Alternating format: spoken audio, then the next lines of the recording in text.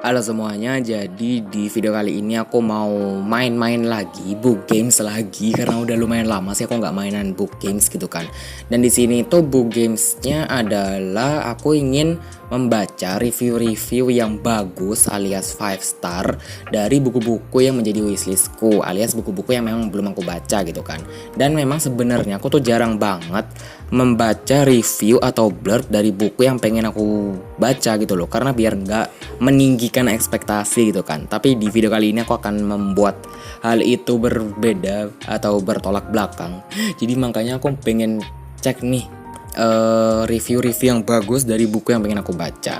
Jadi makanya langsung aja kita mulai yuk ke videonya. Nah, di sini aku udah masuk ke website untuk Spinwheel gitu, dan aku udah memasukkan 13 judul yang memang jadi wishlist aku gitu kan. Dan untuk judul yang pertama itu yang kena adalah Cadel yang ditulis oleh Triskai Dekaman. Nah, di sini ketika video ini aku ngomong, ini ketika aku nge-record ini aku beneran di Goodreads. Dan di sini untuk yang 5 stars itu ada 24 orang yang ngasih 5 stars untuk judul yang ini, dan aku pilih yang paling atas aja ya, yang paling gampang. Pertama-tama saya ingin minta maaf pada penulis novel ini karena ulasan ini mengandung huruf itu. Oke. Lucu juga nih reviewnya. Saya harus akui saya lemot banget baca bagian awal, lebih karena kapasitas otak saya sih. Mungkin belum terbiasa baca lipogram, ditambah belakangan baca beberapa cerita middle grade, terus langsung cus baca ini. Oke, jadi mungkin ceritanya lebih berat ya kalau yang ini. Bukan karena cerita ini gak menarik, jangan salah loh. Saya yang awalnya masa bodoh dengan nasib Lamin justru seiring cerita semakin cemas. Nasib dia gimana ya nanti? Hubungan dia sama tunangannya bakal gimana? Cara yang akan ditempuhnya agar selamat dari jurang penasaran yang ia ciptakan sendiri. Dan kecemasan saya semakin kompleks mengenai pekerjaan Lamin. Wah, punya pemimpin diktator memang berat ya Min. Apalagi teka-teki soal Bagus Prihardana. Apaan itu aku gak ngerti. Kelamaan curhat kan. Intinya ini novel lipogram pertama di Indonesia. Ya kan, gak heran naskah ini menarik perhatian para juri Dewan Kesenian Jakarta 2019. Wow, ditulis dengan sudut pandang campuran. POV 1 untuk Lamin, selebihnya POV ketiga serba tahu. Belum lagi unsur distopia cukup kental, begitu pula politik. Wah, formula yang benar-benar langka. Salut untuk sang penulis, ditunggu karya-karyamu yang lainnya. Akhir kata, saya tidak tahu harus berkata apa pada zaliman yang mulia. Kamu zalim sekaligus, sudahlah. Yang jelas saya bersyukur saya termasuk non warga Wiranasita. Aduh, itu apa tadi? Tapi kalau lihat dari review ada beberapa hal yang aku tangkap gitu kan, tapi aku nggak mau terlalu ambil pusing gitu loh. Tapi ya apa ya, nggak tahu lagi sih, soalnya aku emang kalau lihat di Goodreads memang blurbnya kan lumayan singkat, jadi aku akhirnya kena baca juga tuh blurbnya. Padahal aku nggak mau tadi tahu dulu kan tentang blurbnya. Intinya setahu aku ini novel nggak ada huruf E, udah gitu aja sih. Tapi kalau dari review mbak-mbak ini kayaknya seru banget gitu kan ceritanya. Kok ceritanya orangnya gitu. Jadi makanya aku kayak penasaran juga. Oke, lumayan oke, dan aku masih nggak terlalu berekspektasi tinggi sih. Kita lanjut yuk ke judul yang selanjutnya. Ini masih di website yang sama yang tadi itu, yang Will itu, dan ternyata judul kedua itu adalah Tentang Kamu yang ditulis oleh Terelie. Dan kalau ngelihat di Goodreads itu ada 3.638 orang yang ngasih 5 stars, dan itu jumlah tertinggi loh, yaitu 67% dari total semua rating. Kayaknya ini bagus banget sih emang, jadi makanya kita akan lihat reviewnya. Dan ini lagi-lagi aku mengambil yang paling atas ya reviewnya. Oke, kalau yang paling atas ternyata banyak ya, dan aduh banyak-banyak ini. Bentar ya, aku akan kembali lagi sebentar lagi. Oke, kayaknya aku ambil yang ini aja. Akhirnya buku inilah yang menjadi buku penutup dari target bacaan saya di Goodreads di tahun 2016. Gak muluk-muluk, saya menargetkan 20 buku saja untuk tahun ini karena saya tahu batas kemampuan baca saya akhir-akhir ini. Mencari waktu luang untuk menghabiskan sebuah buku kadang terasa tidak semudah dulu. Dan buku ini benar-benar istimewa, ceritanya luar biasa menginspirasi.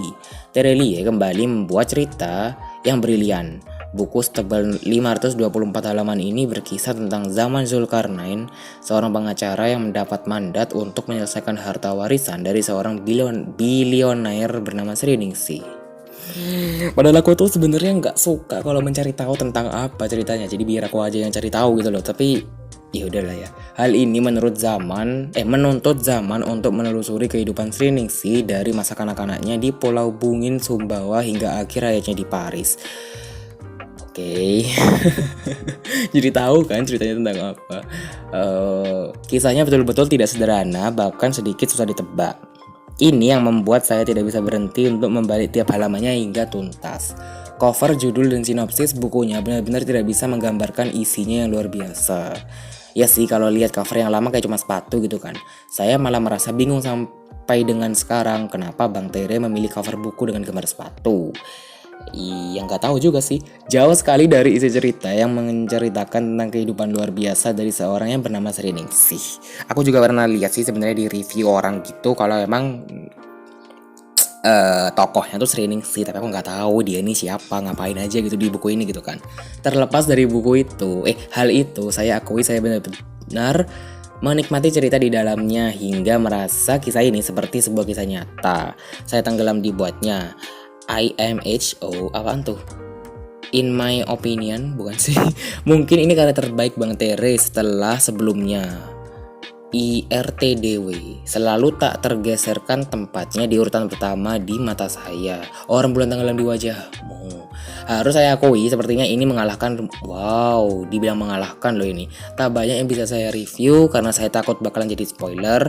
Terima kasih dan mengurangi keasikan bagi yang belum membaca. Saya cuma bisa bilang kalau buku ini really high recommend. 5 bintang untuk buku ini. Oke, aku jadi tahu sedikit lah ya tentang apa. Pokoknya aku emang tahu sih kalau tokohnya itu zaman itu sama si Sri ini kan.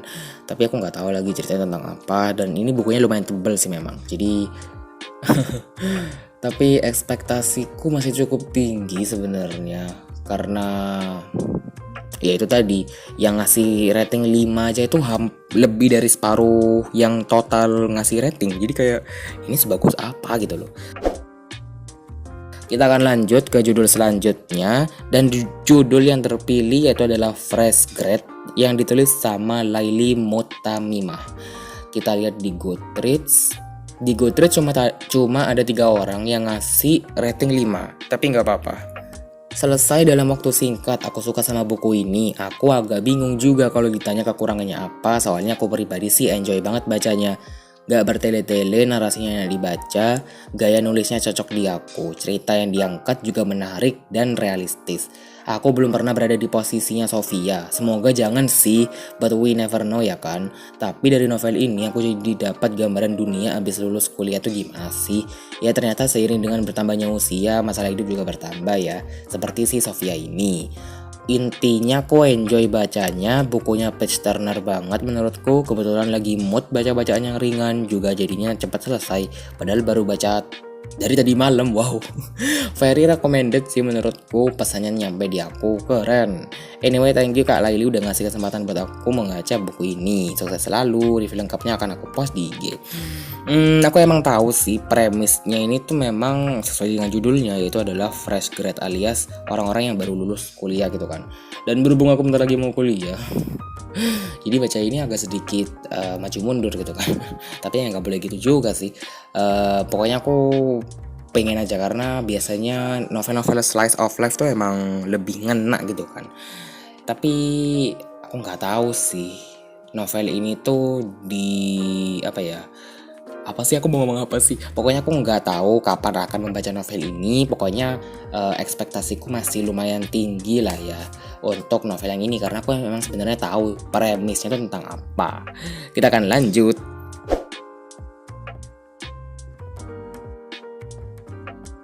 Nah, yang terpilih selanjutnya yaitu adalah We Were Liars-nya I Lockhart. Kalau ini sebenarnya aku ekspektasinya tinggi banget jujur, tapi bahkan aku sengaja gak lihat review something like that, itu gak ada. Dan karena ini judul dari Inggris ya, jadi aku akan cari dulu yang reviewnya dalam bahasa Indonesia atau yang memang orang yang bacanya dalam versi terjemahan. Dan untuk bahasa Indonesia di sini ada 112 orang yang ngasih bintang 5. Mari kita lihat. Ini ada yang paling atas nggak sih? Aku tuh sebenarnya nyari yang pendek juga ya. Oh ini ada ini. Apa pernah kalian rasakan bagaimana sebuah fakta mengerikan menampar kehidupanmu seperti derasnya ombak di lautan yang menghantam setiap inci dari tubuhmu?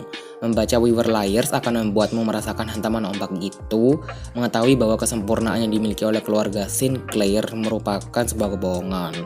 Apa nih? Tidak ada keluarga kaya yang terhormat, tidak ada generasi yang menghasilkan keturunan yang rupawan, cerdas dan sukses. Hanya ada sebuah tragedi yang menyedihkan. Aku pikir buku ini menceritakan sebuah kehidupan normal dari seorang remaja yang dibesarkan dari keluarga yang terhormat. Aku pikir kisahnya akan berputar pada kehidupan asmara layaknya remaja pada umumnya. Ya, aku juga mikirnya ini genrenya romance atau at least young adult atau ya apapun lah yang nyambung kayak itu. Ya aku kira sampai aku menyelesaikan beberapa chapter terakhirnya. Akhirnya yang twisted akhir yang membuatku melongo dan ingin sekali rasanya membanting buku ini ke dinding. Buku yang menakjubkan. Theme Song Nightmare by Mahora. Yang bilang plot twistnya tuh emang bagus banget, jadi makanya aku harus membaca sendiri. Dan orang-orang ini kayaknya udah banyak banget yang suka gitu. Jadi aku kayak aku sebenarnya masih pengen lagi baca review yang lain, tapi panjang-panjang semua. Intinya kalau dari yang orang ini sampaikan aku tahu lah tentang apa, karena memang dari judulnya kelihatan gak sih We Were Liars, kita pembohong. Atau kalau judul terjemahannya tuh para pembohong gak sih, aku lupa juga, pokoknya ada pembohong-pembohongnya itu. Dan aku gak tahu ini pembohong tentang apa gitu kan, tapi ya mari kita baca. Dan aku gak tahu ya sekarang kalau mau nyari buku ini di mana karena lumayan rare. Kalau nggak ada ya udah deh, kita terpaksa baca di Gramedia Digital. Tapi ya terima kasih reviewnya. Tapi aku masih masih berharap tinggi sih sama buku yang ini. Dan mungkin kalau ada yang baca boleh kasih tahu dong kalian dulu belinya di mana. Oke, kita lanjut ke judul terakhir ya berarti. Judul yang terakhir ini aku ternyata dapatnya Keros and Balthazar yang ditulis sama Terelie. Ini aku scroll dulu di ininya, bentar.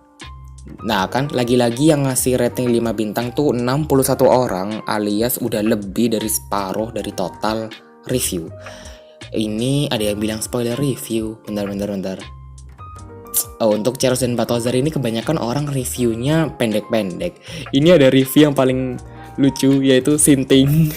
Gitu doang. Dia cuman ngasih satu kata tapi dia ratingnya 5, like literally gini doang. Itu ngakak banget sih. Tapi aku gak ngerti Sintingnya kenapa gitu kan. Tapi kita coba baca yang lain. Ini pendek semua ya, jadi aku gak apa-apa ya kalau bacanya banyak. Ini review keduanya. Sebenarnya saya sudah baca spin-off ini di Facebook Terelie. Cerita di novel sebagian besar sama dengan yang ada di Facebook, tapi ada yang berubah dan ada ditambahkan cerita tambahan. Aku baru tahu ada spin-off gitu di Facebooknya Terelie. Walaupun cerita tambahannya pendek, tapi sebagai penggemar 3 sahabat ini saya tetap suka. Katanya sih novel ini bisa dilewatkan dan langsung baca novel Comet. Iya, aku juga pernah dengar kayak gitu sih. Tapi menurutku harus banget dibaca. Banyak banget hal yang bisa diketahui dari seri ini. Oke, jadi makin penasaran banget gitu kan. Apalagi covernya tuh ada badak. Aku kepo, itu maksudnya apa? Itu badak bukan sih? Kayaknya bukan. Oke, ini aja deh. Ini ada review dari salah satu teman member BookTube, yaitu Kak Sherry. Rating between 4,5 and 5. Honestly I can decide. Suka buku ini, dapat banget semua feelingnya. Senang, sedih, ketawa-ketawa, merasa miris sendiri, semuanya. Puas banget sama buku yang kali ini.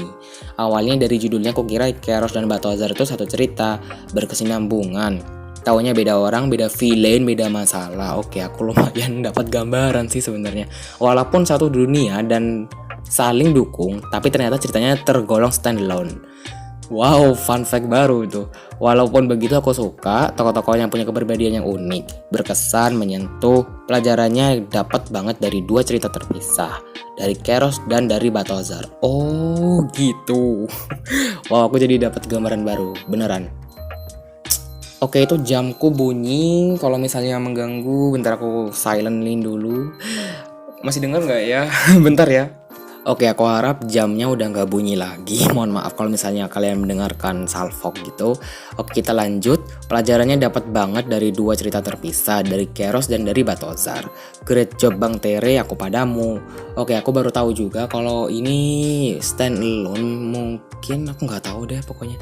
Tapi kita harus baca untuk membuktikan sendiri. Dan aku nggak ngerti ini kenapa disebut stand alone. Mungkin ada maknanya. Jadi makanya aku harus baca dulu. Tapi tetap aja dong, aku harus baca judul yang ini. Aku nggak mau loncat-loncat ke komet gitu, nggak dulu deh gitu. Oke, itu tadi ngebacain review-review yang bagus dari wishlist aku yang ternyata lumayan menambah ekspektasi sih setelah membaca review-review tersebut. Dan aku berharap ketika aku membaca judul-judul yang ada di list ini, aku nggak kecewa. Karena udah disodorin fakta-fakta yang baru gitu kan dari ceritanya dan dari premisnya. Jadi makanya aku berharap nggak kecewa deh, semoga jangan. Dan kalau kalian misalnya pengen aku ngebacain juga nih review-review bagus kayak gini di wishlist aku, atau mungkin di next video aku akan bacain review-review yang jelek dari wishlistku. Jadi aku tuh jadi maju mundur untuk belinya. Kayaknya seru ya kalau bikin video kayak gitu, tapi aku nggak tahu kapan untuk bikin videonya. Jadi kalian bisa tungguin aja untuk video yang itu. Oke, makasih banyak banget buat yang sudah nonton video yang aneh ini. Aku akhiri dulu videonya and I'll see you on my next one. Bye bye.